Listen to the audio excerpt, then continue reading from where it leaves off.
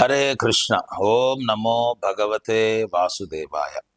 అందరికీ ఉన్న సందేహం ఏమిటంటే, కృష్ణుడు తన లీలను పరిసమాప్తి చేసి ఈ భూలోకం నుండి ఆయన తన లోకానికి వెళ్ళిపోతూ ఇస్తున్నటువంటి చరమ ఉపదేశం ఏమిటి అనేది చాలా మందికి తెలియదు.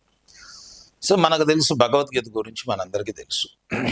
భగవద్గీత కురుక్షేత్ర రణరంగంలో ఇరుసేనల నడుమ కృష్ణ భగవానుడు అర్జునుడికి ఇస్తున్నటువంటి ఉపదేశం 45 నిమిషాలు. ఎంత వ్యవధిలో? 45 నిమిషాల్లో 700 శ్లోకాలు. అంటే అన్నీ ఆయన చెప్పలేదు. ఆయన చెప్పిన శ్లోకాలు 574 చెప్పాడు. అర్జునుడు కొన్ని శ్లోకాలు చెప్పాడు. 84 శ్లోకాలు అర్జునుడు చెప్పాడు. 41 శ్లోకాలు సంజయుడు చెప్పాడు. ఒక శ్లోకము ధృతరాష్ట్రుడు చెప్పినాడు.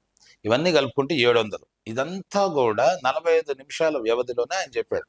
అయితే చెప్పాల్సింది ఇంకా చాలా ఉంది.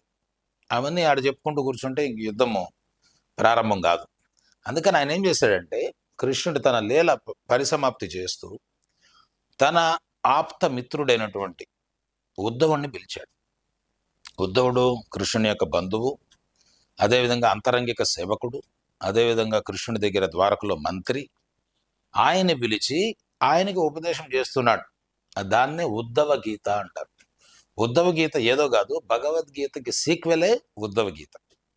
భగవద్గీత సరిపోతుంది. ఇంకా ఆయన ఇచ్చినటువంటి చరమ ఉపదేశం ఏంది అని తెలుసుకోగోరినట్లయితే ఆ ఉద్ధవ గీత మనం అధ్యయనం చేయాల్సి ఉంటుంది. అంతా కూడా భగవంతుని యొక్క ఉద్దేశం ఏంటంటే, ప్రతి ఒక్కరూ కృష్ణ చైతన్యంలో ఉండాలి. అంతటి సారాంశం ఆ భగవద్గీత యొక్క సారాంశము, ఉద్ధవ గీత యొక్క సారాంశం ఏంటంటే, కృష్ణుని కేంద్రంగా ఉంచుకొని మీ పనులన్నీ కూడా చేసుకోండి. తద్వారా మీరు ఆ పని ద్వారా ప్రతిబంధకులు కారు, బంధ విముక్తులు అవుతారు. కృష్ణుడు లేకుండా ఏం చేసినా కానీ అది బంధానికి కారకం అవుతుంది. అందుకని వర్ణాశ్రమ విధానము, ఆ తర్వాత బ్రహ్మచారి ధర్మము, గృహస్థ ధర్మము, వానప్రస్థ ధర్మం, సన్యాస ధర్మం, ఇవన్నీ కూడా విపులీకరంగా ఉద్ధవునికి ఇవన్నీ కూడా బోధిస్తూ, ఇవన్నీ కూడా నువ్వు అందరికీ తెలియజేయాలి, నువ్వు ఇక్కడే ఉండాలి అని చెప్తూ కృష్ణుడు ఆయన వెళ్తున్నాడు.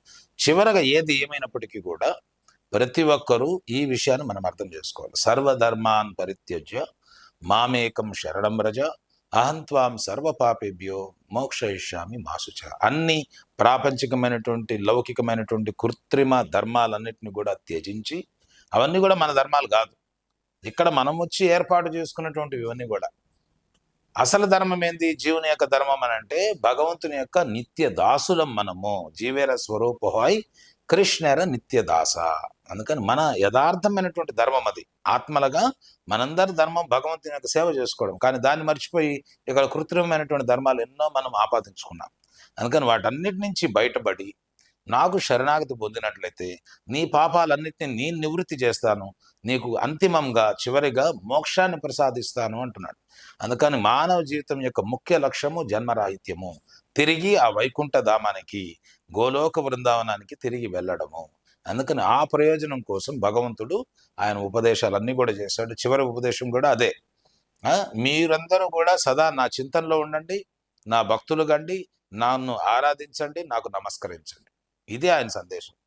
మన్మనాభవ మద్భక్తో మద్యాజీమాం నమస్కురు మామే వైశ్యసి యుక్త్వైవ మాత్మానం మత్పరాయణ.